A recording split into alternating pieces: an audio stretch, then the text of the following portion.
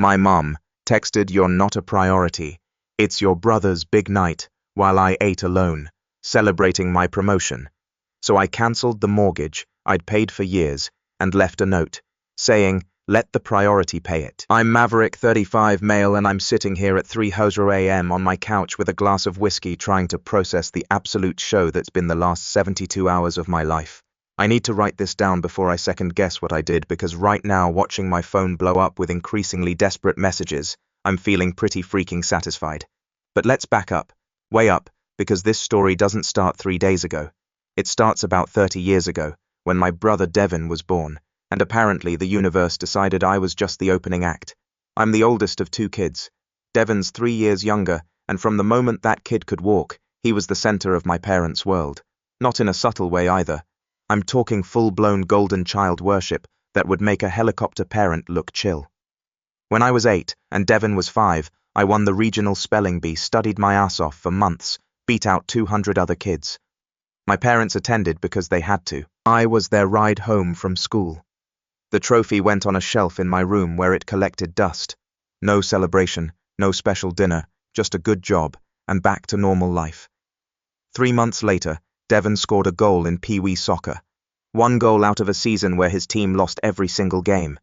My parents threw him a party, invited the whole neighborhood, got him a cake with his name in frosting, and a little edible soccer ball. They hired a photographer, actual professional photos of Devin with his participation trophy. The main photo from that party is still the centerpiece of my mom's Facebook profile to this day. That's just how it was. I learned early that no matter what I accomplished, Devin's participation trophy would somehow be more important. Middle school wasn't any better. I made honor roll every single quarter for 3 years straight. My parents signed the certificates and stuck them in a drawer. Devin made honor roll once in 3 years, and they took him to Dave & Buster's and let him invite 4 friends. I remember sitting at that table watching Devin and his buddies play arcade games with the $200 in tokens my parents bought, thinking about how my straight A's had earned me a signature in a drawer. High school, I graduated valedictorian, got a full ride to state for engineering. Devin barely graduated with a 2.3 GPA, and my parents were so relieved he'd made it that they bought him a car. A decent one too. A Honda Accord, only 4 years old, with under 60,000 miles. Me, I got a hearty handshake and was told that scholarship showed I didn't need their help. I drove my mom's old minivan to college for my first 2 years until I could afford to buy my own beater. College was more of the same. I worked 2 jobs, one at the campus IT help desk, another doing weekend shifts at a warehouse, while maintaining a 3.9 GPA in one of the hardest majors offered. I was exhausted, constantly lived off ramen, peanut butter sandwiches, and the occasional splurge at Taco Bell, but I was determined to graduate debt-free with that scholarship. Devin went to community college on my parents' dime. They paid his tuition, his books gave him a monthly allowance for expenses. He changed majors 4 times over 6 years, started with business, switched to communications, then graphic design, finally settled on general studies. He took 6 years to finish a 2-year degree, and when he finally walked across that stage, my mom cried like he'd just cured cancer. They threw him another party, invited everyone, had a cake that said, "We always believed in you." I graduated with my engineering degree in 4 years, magna laude. My parents didn't attend the ceremony because Devin had a really important intramural basketball tournament that same weekend. He rode the bench the entire time, and his team lost by 40 points. After college, I landed a job at a mid-sized tech firm doing systems architecture. The pay was decent, $68,000 to start, which was pretty good for 2012. I lived in a studio apartment that cost $950 a month, drove a 1998 Corolla that burned a quart of oil every 2 weeks, and ate a lot of pasta. But I was saving, always saving, putting away 20% of every paycheck because I knew nobody was going to bail me out if things went sideways. Devin moved back in with my parents and worked sporadically. Mostly retail jobs he'd quit after a few months because the manager didn't respect him, or because it wasn't aligned with his goals. He worked at Best Buy for 4 months, Target for 3, some startup that folded after 6 weeks. My parents never charged him rent. They paid his car insurance $180 a month because he'd already had 2 accidents. They covered his phone bill, bought his groceries, basically funded his entire existence while he figured things out. When he totaled the Accord, they'd bought him his fault. Scrolling through Instagram while driving and rear-ending someone at a red light, they co-signed for a new one. A Nissan Altima, financed at 6.5% interest. because Devon's credit was all ready. I bought my first condo in 2015, a small one-bedroom in a decent neighborhood that needed work. I spent 6 months renovating it myself, YouTube tutorials and elbow grease, learned to tile a bathroom, install new light fixtures, refinish hardwood floors. My parents toured it once, spent most of the visit pointing out everything I still needed to fix, and left early because Devon needed help moving into his new apartment. His third apartment in 2 years, by the way. He kept getting evicted for being behind on rent even though my parents were giving him help, that I later found out meant they were covering $800 of his $1,200 monthly rent. So basically, Devon was paying $400 a month to live in a one-bedroom apartment while working part-time at a cell phone store. The pattern continued into our 30s. I kept advancing in my career, got poached by a bigger firm in 2017.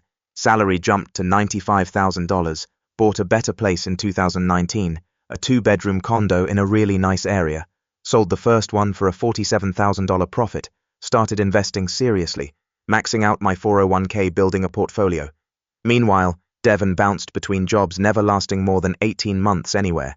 He moved back in with my parents in 2020 temporarily, and never left. And here's the thing I kept telling myself, I didn't care that I'd moved past needing my parents' approval. I had built a good life on my own. I had friends who valued me, colleagues who respected me, a career trajectory that was solid. I was doing fine. But every family gathering, every holiday, every goddamn phone call reminded me exactly where I stood in the family hierarchy, somewhere around acquaintance they felt obligated to stay in touch with. Last Christmas was particularly brutal. I'd gotten a significant raise and bonus. Total comp package now sitting at $140,000. Paid off my car loan early, maxed out my 401k contribution, had a healthy 6-month emergency fund. I showed up to my parents' house with nice everyone. A new tablet for Mom because her old one was dying, a high-end cordless toolset for Dad since he liked doing projects around the house. And yeah, even got Devon something decent, a really nice leather messenger bag from Fossil for job interviews since he was looking for new opportunities.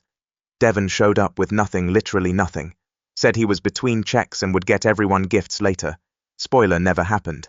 But the entire evening was about how hard Devon was working to find the right fit, how impressive his interview skills were, how he just needed the right opportunity to showcase his talents.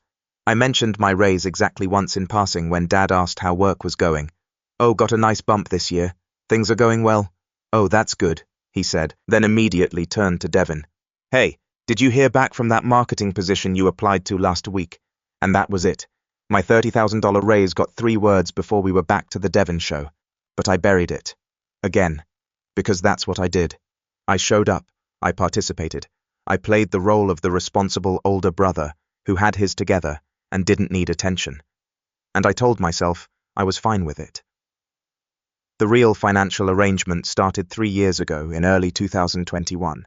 My parents were in trouble. Dad had retired the year before from his job as a regional distribution manager, and between his pension and Social Security, they should have been fine. They owned their house outright, a nice 3-bedroom in a decent suburb, bought in 1995 for $180,000, probably worth $400,000 now. Should have been fine.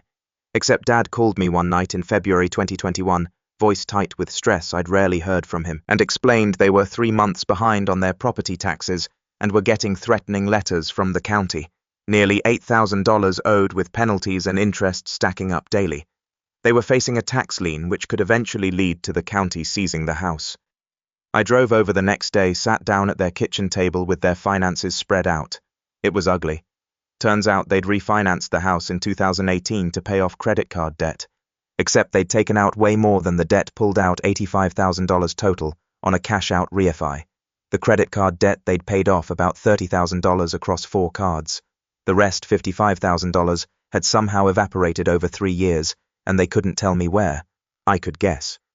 Devon had borrowed $2,500 for his security deposit and first month's rent on that apartment in 2019.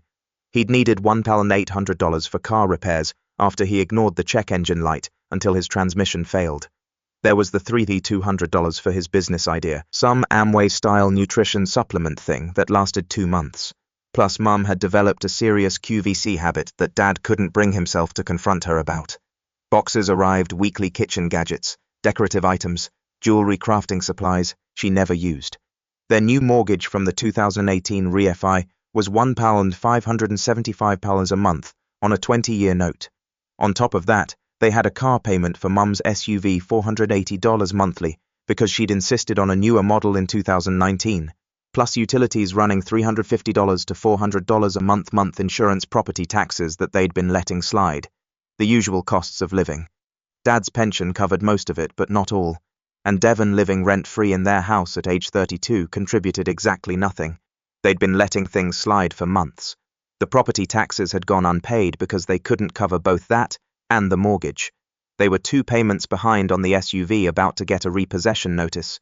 Their savings account had $347 in it. They were drowning, and they'd been too embarrassed to tell anyone until the county sent that final warning about the tax lien. I should have let them figure it out. I should have told them to sell the house, downsize, make Devon get his own place and contribute.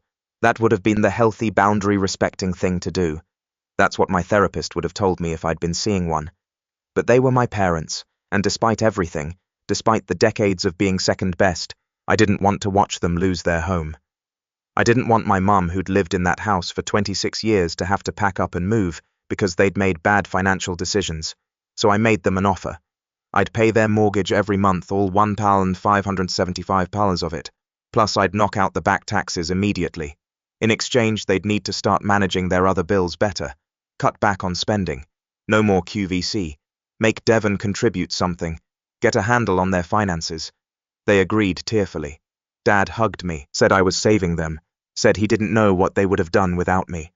Mum cried and said she was so ashamed they'd let it get this bad, but that I was an angel for helping them. I wrote them a check for $8,000 right there for the taxes. Then I set up automatic payments from my account to their mortgage company, $1,575 every single month for 36 months straight. That's $56,700, in case you're doing the math. $56,700 over 3 years. I told myself it was an investment in their security, that it was the right thing to do, that I could afford it, and they were family, and this was what family did. And I made them promise not to tell anyone, not Devon, not extended family. I didn't want it becoming a thing. Didn't want Devon feeling entitled to even more because Maverick can afford it. Didn't want relatives judging them for their financial situation or judging me for bailing them out. They agreed, said they were grateful for my generosity and discretion, said they'd make it right somehow. For 3 years I paid. Never missed a month. Never complained. Never brought it up. I just did it quietly, consistently, while living my life and continuing to advance my career. And for 3 years, every family gathering, every holiday, every phone call, I continued to be an afterthought, while Devon remained the center of attention, despite contributing absolutely nothing. Last month I got promoted. Senior Systems Architect, with a fancy new title and a salary bump to $165,000 base, plus a 20% bonus potential. This was a major milestone, the kind of promotion that usually takes 15 years of career building to achieve, and I got it at 35. I'd been managing increasingly complex projects, leading teams of 12 engineers, getting recruited by competitors quarterly. This promotion put me in the top 5% of earners in my age group in my city. I was freaking proud. For the first time in years, I wanted to celebrate with my family, wanted them to acknowledge that I'd worked my ass off and achieved something significant. I called my mum the day I got the news while walking to my car in the parking garage, still riding high from the meeting where they told me, "Hey Mom, got some really good news today. Got promoted to Senior Systems Architect. Pretty big deal for me." "Oh, that's wonderful, honey," she said, distracted. I could hear Devon's voice in the background. "Devon's here. We're helping him with something. Can I call you back?" "Sure, yeah. Just wanted to share the news." "That's great, sweetie. Talk soon." She didn't call back. 2 days later I texted my dad. "Just got promoted. Want to celebrate this weekend if you guys are free. Dinner on me." His response came 4 hours later. "Congrats. We'll check calendar and let you know." Never heard back. Fine. I was used to it. But this time it stung more than usual. This was a big deal to me, and they couldn't even pretend to care for 5 minutes. So I decided to celebrate by myself. Made a reservation at Marcello's, this upscale Italian place downtown that I'd been wanting to try. Jacket required, dress code, 200 plus bottles of wine. Michelin recommended the works. Figured I'd earned the right to treat myself properly. If my family wasn't going to celebrate my achievement, I damn well would. Yesterday, Wednesday night, I put on my best suit, the charcoal Tom Ford I'd bought myself last year, paired it with a burgundy tie and drove downtown. The restaurant was on the 14th floor of a historic building, floor-to-ceiling windows overlooking the city lights. I walked into Marcello's alone at 7:30 p.m., got seated at a small table by the window with a perfect view of the downtown skyline. The waiter, seeing I was dining solo, gave me that professional sympathy smile. Waiters perfect over the years. "Table for one tonight, sir. Just me," I confirmed, not feeling embarrassed about it. "Celebrating a promotion." "Congratulations, sir," he said warmly, and it felt more genuine than anything my family had offered. "May I suggest starting with our Prosecco? We have a lovely bottle from the Veneto region." I did, and I ordered properly. The butternut squash and sage risotto to start, then the dry-aged ribeye, 48 Aussie, perfectly marbled cooked medium rare, roasted Brussels sprouts with pancetta, a bottle of wine that cost more than my weekly grocery budget some Barolo the sommelier recommended. I was treating myself because nobody else was going to acknowledge what I'd accomplished. The food was incredible. Every bite of that risotto was perfect. Creamy, perfectly seasoned, the sage giving it this earthy complexity that made me understand why people get obsessed with Italian food. The ribeye arrived on a sizzling plate, crusty and caramelized on the outside, tender and pink inside. I was savoring it, actually enjoying myself, despite being alone. About 45 minutes into my meal, I was working through the risotto, halfway through my first glass of the Barolo. My phone buzzed on the table. Text from Mom. "How was your day?" I smiled. Maybe she'd remembered. Maybe she'd actually followed up about the promotion, felt bad about blowing me off earlier. "Pretty good," I replied. "At Marcello's celebrating my promotion. Ribeye here is incredible." I watched the 3 dots appear, disappear, appear again. My chest felt light, hopeful even. Maybe this was the moment they'd acknowledge. "Then that's nice. Hey, can't really talk now. Devon's big night. We're all together." I stared at that message, read it 3 times. Each time it got worse. Devon's big night. "What's going on?" I typed back, though. Part of me already knew this wasn't going to be good. The response came fast. "Devon bought a Tesla. We're all here celebrating. It's so exciting. He worked so hard for this. So proud of him." I felt something crack inside my chest. Physically felt it, like someone had reached in and snapped a bone. I'm sitting at one of the best restaurants in the city alone, celebrating a promotion that took 15 years of grinding to achieve, and my entire family, parents, brother, apparently cousins and friends, are together having a big night because Devon bought a freaking car. Not earned through some career achievement, not won through hard work, not achieved through sacrifice, bought with money he definitely didn't have. "Oh," I typed back. My hands weren't shaking. I was weirdly calm. "That's great. Congrats to him. Thanks, sweetie. Talk later." I set my phone down, stared at my perfectly cooked steak, my wine, my expensive meal. It all tasted like cardboard now. The waiter came by, asked if everything was all right. I nodded, smiled, told him it was perfect, kept eating mechanically. 20 minutes later, I was working through the Brussels sprouts now, just going through the motions. My phone buzzed again. Instagram notification. My cousin Rachel had posted a story. I shouldn't have looked. I knew I shouldn't have, but I opened it anyway. And there they were, all of them. My parents, Devon, my aunt and uncle Rachel, and her boyfriend, a couple of Devon's friends I vaguely recognized, gathered in my parents' living room, glasses raised in the toast. In the driveway, visible through the window behind them, was a white Tesla Model 3, gleaming under the porch light. The caption on Rachel's story: "Family night for the real success story. So proud of at Devon Maverick for making big moves. Tesla life family first success story." I zoomed in on the photo. My mom had her arm around Devon, beaming like he just won a Nobel Prize. My dad was shaking his hand with both hands, the way you congratulate someone on a major life achievement. Everyone looked genuinely joyful. There was a cake on the coffee table. A freaking cake for a car purchase. I took a screenshot, not sure why, just instinct. Then I scrolled back to my messages, looked at Mom's text. Devon's big night. And something in me just stopped caring. All the hurt, all the resentment, all the years of being second best, just crystallized into this perfect cold clarity.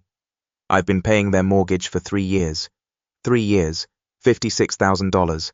And they couldn't spare one single evening to celebrate my actual career achievement. But Devon buying a car he definitely can't afford, that's worth a family party, a cake, a photo op for social media. I flagged down the waiter. "Can I get the check, please?" Of course, sir. Did you save room for dessert? Our tiramisu is exceptional, and we have a chocolate just the check. Thank you. He looked concerned, but nodded professionally. It arrived in a leather folder a few minutes later. £1 £940.37, the most expensive meal I'd ever eaten. Appetizer, ribeye sides, bottle of wine, tax and tip already calculated at 20%. I pulled out my card, changed the tip to 25%, because the waiter had been excellent, and none of this was his fault, and signed. $2, $015.47 total. Walked out of Marcello's at 9:45 p.m. Got in my paid-off car and drove home.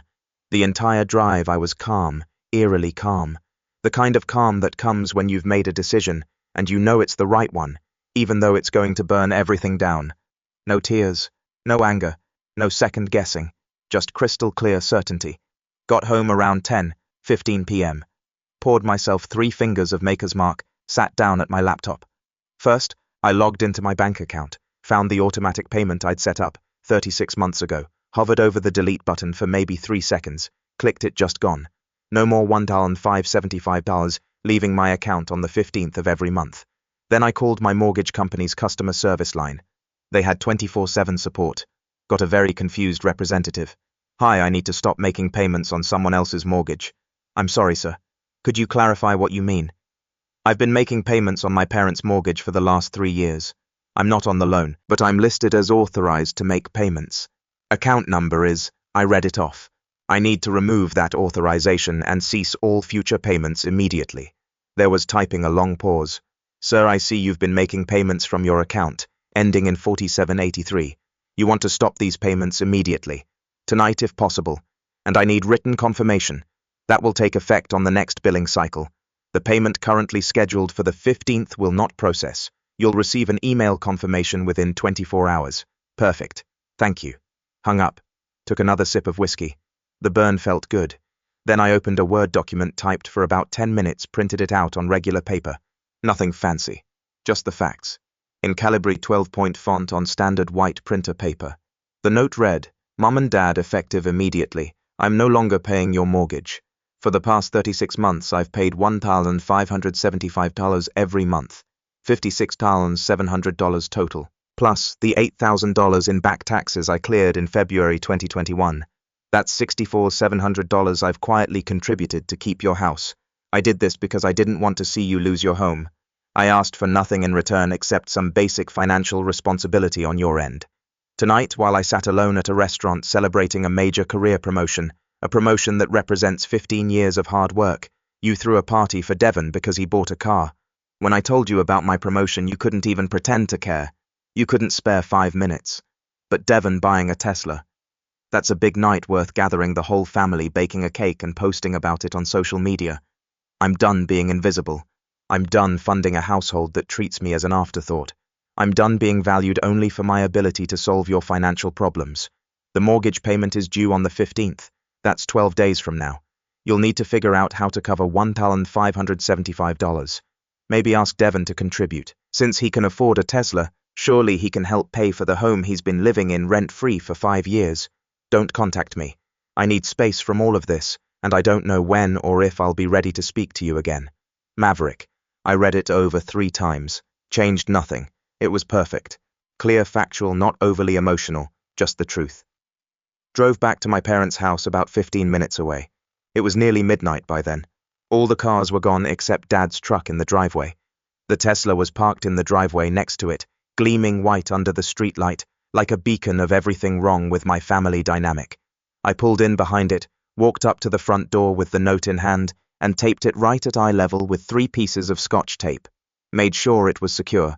Made sure it would be the first thing anyone saw when they opened that door. Then I got in my car and went home.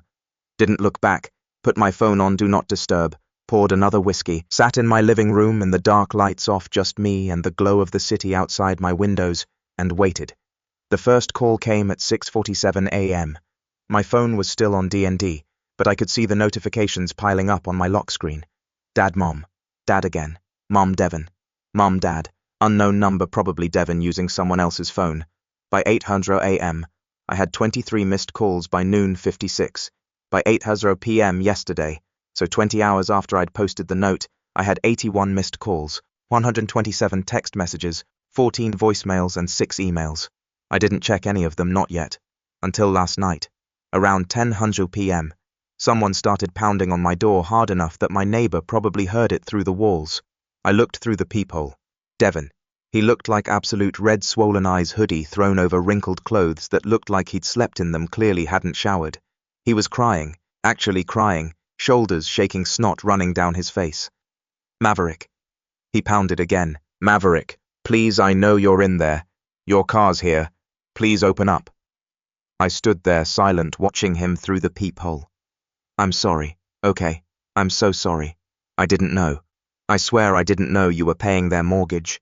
If I'd known. He broke down crying harder, slid down the door until he was sitting on my doorstep, face in his hands. Please, Maverick, Dad's freaking out. Mom won't stop crying. They can't afford the mortgage without you. I can't help them. The Tesla. I leased it. I barely got approved. The down payment was $4,500, and I had to borrow that from Mom and Dad. My payment is $680 a month, and I don't even know how I'm going to make that. I closed my eyes, took a deep breath.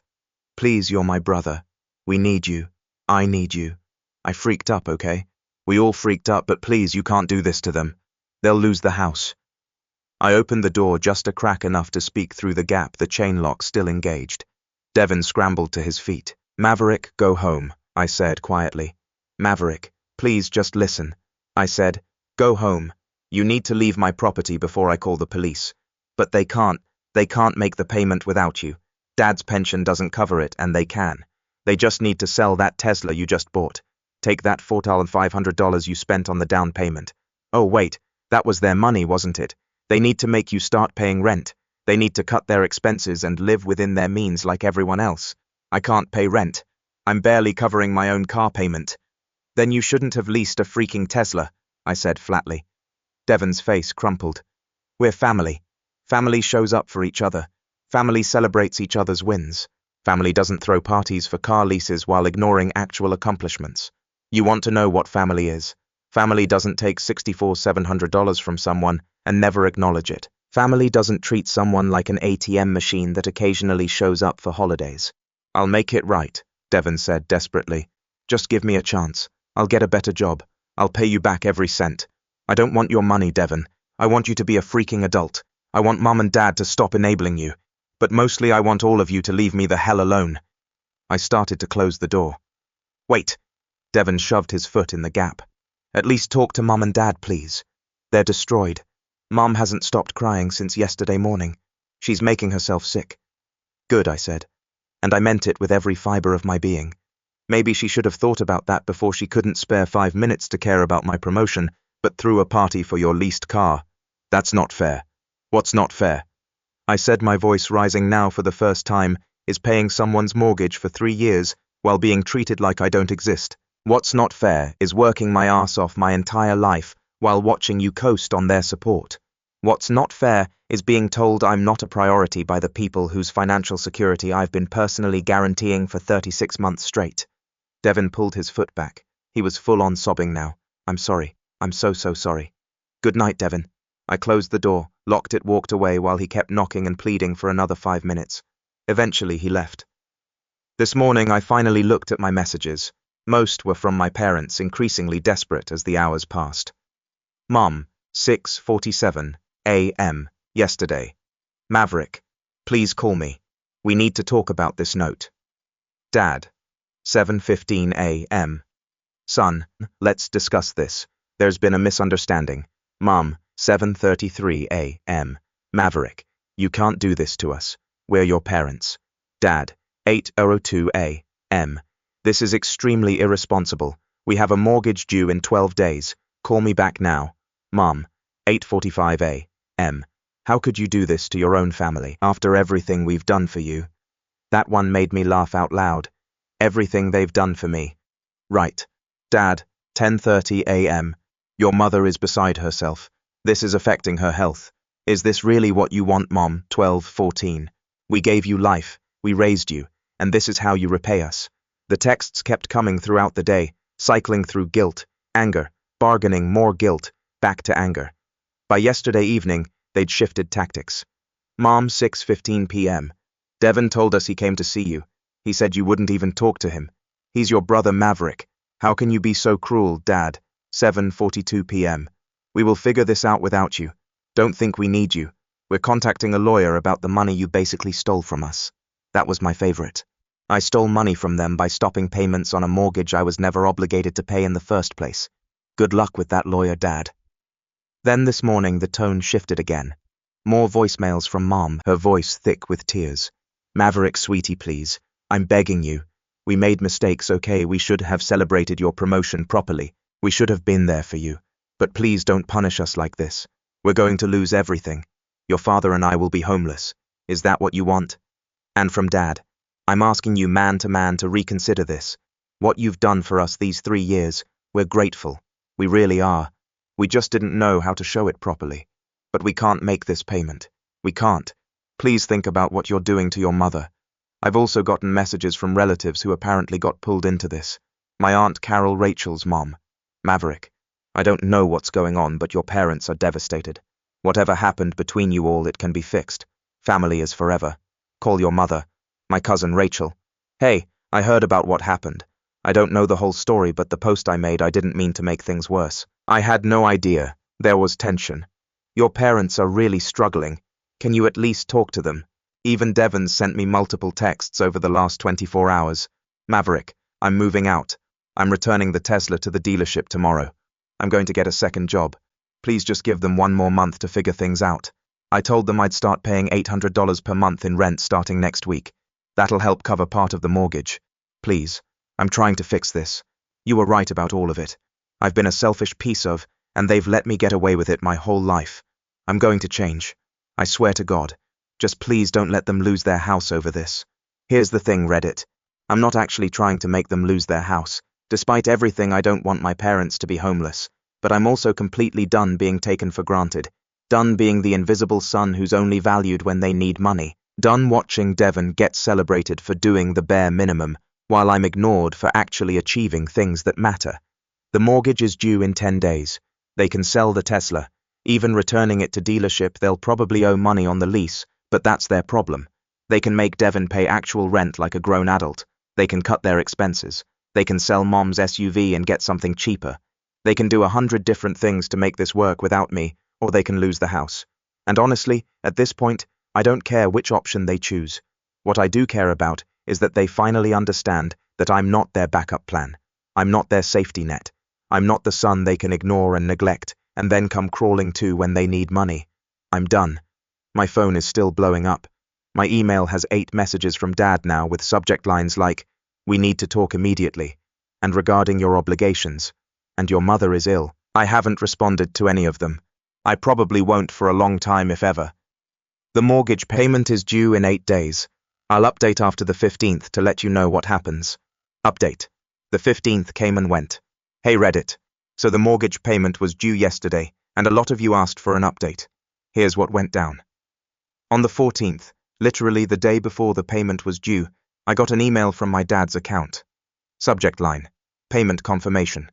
No message in the body, just a screenshot of their mortgage account, showing a pending payment of $1,575 scheduled to process on the 15th. That was it. No apology, no explanation, just proof that they'd figured it out. I didn't respond.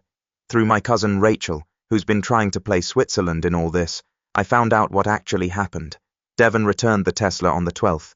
Apparently he owed $200 to get out of the lease early, disposition fee, plus the mileage overage from his test drives or some. My parents covered it using what was left in their savings account, which basically wiped them out. My dad took out a $3,000 loan against his pension. Didn't even know you could do that, but apparently it's a thing. The interest rate is something like 8%, and it'll get paid back through automatic deductions from his monthly pension checks for the next 2 years. Devon moved into the basement and started paying $900 per month in rent.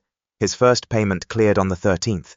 He picked up a second job doing overnight stocking at Target on top of his regular gig.